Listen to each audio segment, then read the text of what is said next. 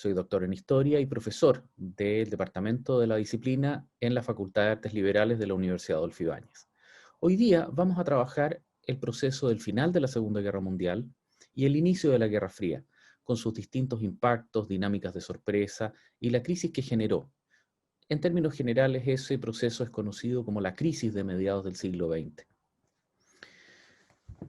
A finales de la Segunda Guerra Mundial, en el año 1945, tanto Alemania, la Alemania nazi, que había iniciado el conflicto en septiembre de 1939, como el Japón, que se incorpora a la guerra y trae la Segunda Guerra Mundial al Teatro del Pacífico desde su ataque a los Estados Unidos en Pearl Harbor el 7 de diciembre de 1941, habían sido derrotados.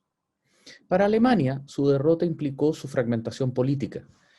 Como vemos en este mapa, podemos notar cómo el territorio del este de Alemania pasó a ser ocupado por la Unión Soviética, mientras la zona occidental fue dividida en entre Gran Bretaña, los Estados Unidos y Francia.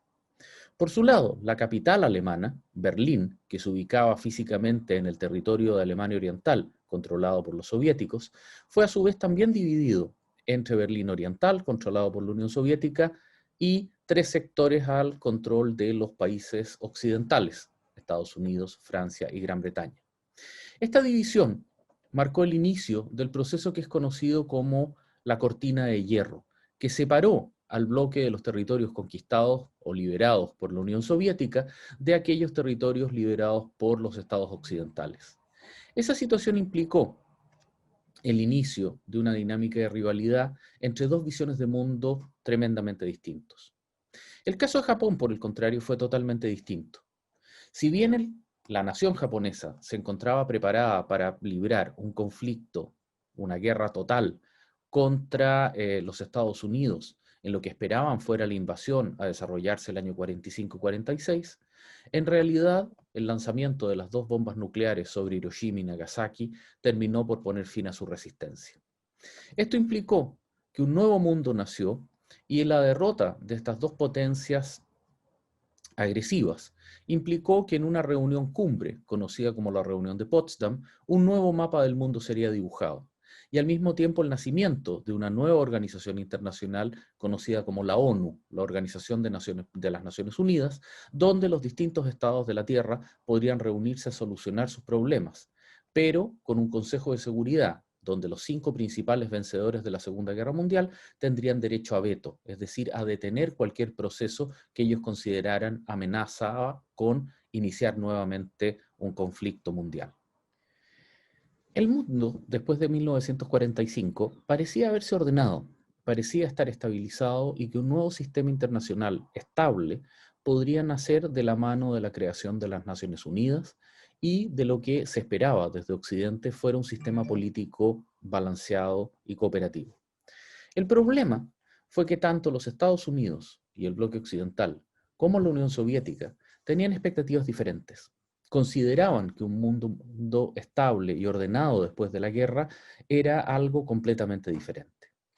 Eso los llevó, de manera inesperada, a una dinámica de conflicto.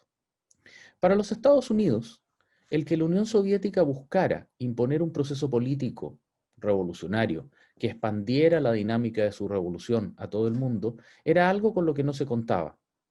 Mientras que para la Unión Soviética, las expectativas de expansión revolucionaria chocaron con el estímulo norteamericano a la creación de un sistema democrático a nivel internacional.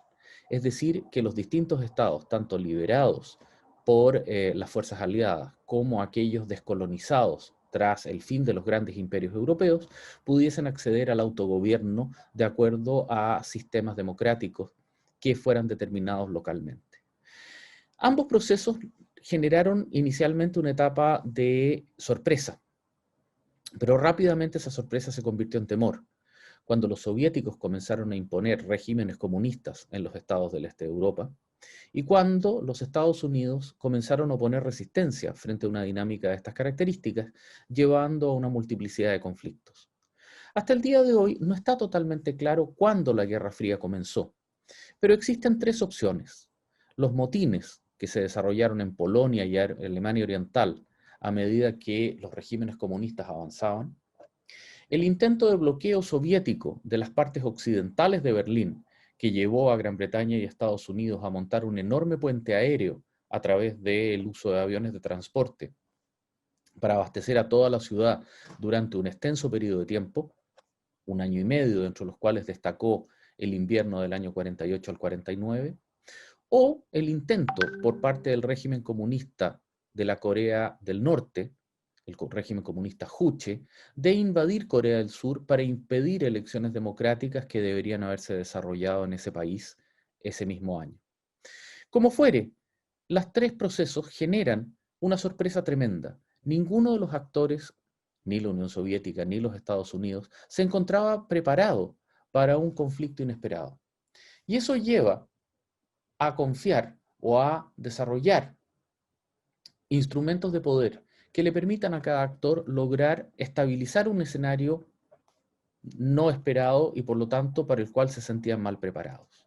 Aquí es donde surge el rol de las armas atómicas, que será determinante durante el desarrollo de la Guerra Fría, particularmente en esta primera etapa, en la cual los Estados Unidos, como poseedor monopólico de esta arma hasta el año 49, cuando la Unión Soviética hace detonar su primer dispositivo termonuclear en el Ártico, lleva a que ambos países y sus respectivos bloques avancen rápidamente en la construcción de estos dispositivos.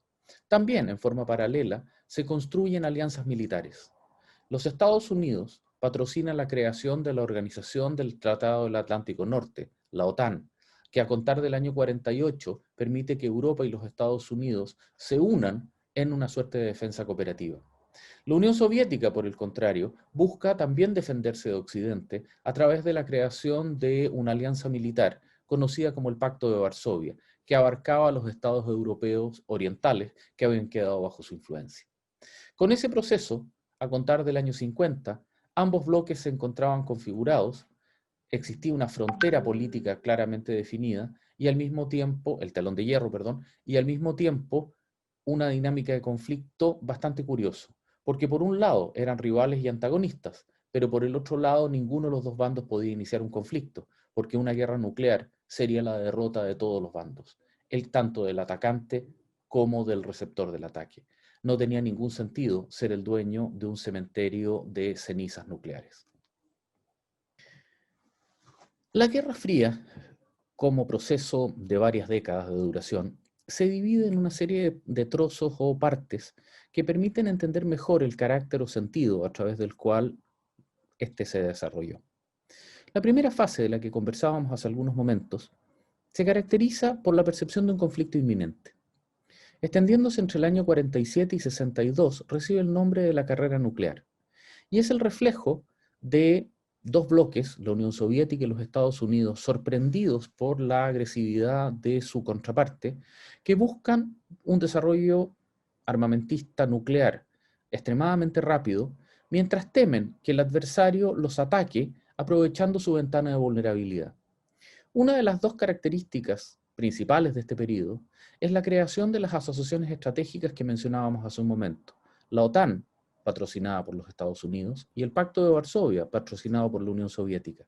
Y también el temor a que, percibiendo al adversario como más fuerte, tanto la Unión Soviética como los Estados Unidos se preparan para una guerra inminente, que el adversario buscará enfrentarlos y aprovechar su debilidad de coyuntura antes de permitirles rearmarse.